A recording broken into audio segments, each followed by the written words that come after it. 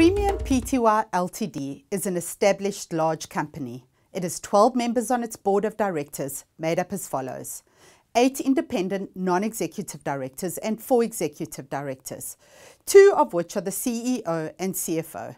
The chairwoman of the board is a non-executive director who has been the chair for the last 10 years. The board has 3 committees of 4 members each. These are the nomination committee, made up of the CFO and 3 independent non-executive members, the audit committee, made up of the CEO and the 3 independent non-executive board members, and the remuneration committee, with 2 independent non-executive directors, one of which is the chairwoman, and 2 executive directors. So, does this company comply with the UK FRC code? The UK Financial Reporting Council Corporate Governance Code, or UK FRC Corporate Governance Code, was issued in July 2018 and applies to all financial reporting periods starting on or after the 1st of January 2019. This was, however, not the first version of the code. The first version was published in 1992 by the Cadbury Committee. It has since been revised and extended to account for changes in the corporate governance environment over the years.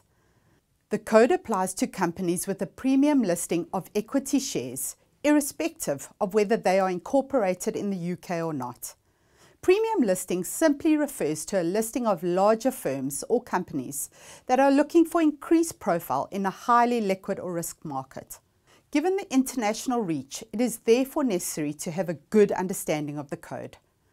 This code is not rigid in its methodology, so instead of a list of rules, it takes a comply or explain approach, meaning that in the case of a company choosing not to comply with the principle of the code, the shareholders should be made aware of the reasons for the non-compliance so that they can decide whether they are satisfied with the decision or not.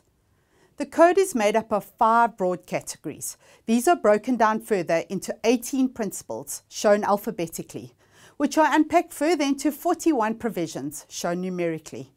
Given that the definition of corporate governance is the way in which companies are directed and controlled, it makes sense that the 5 broad categories are: board leadership and control, which focuses on long-term sustainability of the company and the company's values, purpose and culture; division of responsibility, which looks at the makeup and roles of the board members, including the chair, executive directors and non-executive directors; composition, succession and evaluation.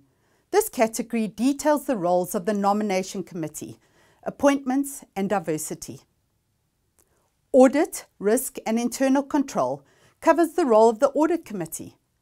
Interestingly enough, this code does not refer to a risk committee. However, it does look at risk identification and management.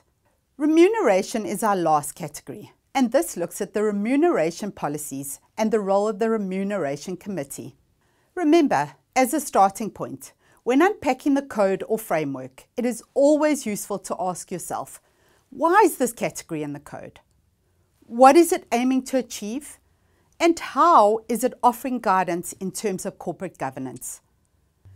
Let's look at Premium Pty Ltd's board setup and its compliance with the code. Premium Pty Ltd is in compliance with key areas of Category 2 and also Provision 17 of Category 3. But what are the areas of non-compliance? In terms of non-compliance, the chair should not remain in post beyond 9 years, and the Audit Committee and Remuneration Committee should be made up of non-executive directors. Also, remember the chairwoman would not be allowed to chair the Remuneration Committee. To recap, the UK FRC Corporate Governance Code is aimed at good corporate governance at a board level, which leads to longer-term sustainability and greater profitability for shareholders of larger companies. It is a comply or explain code made up of 5 broad categories, 18 principles and 41 provisions. As you read each principle and provision, remember to ask yourself, why is this here? What is it trying to fix, prevent or improve?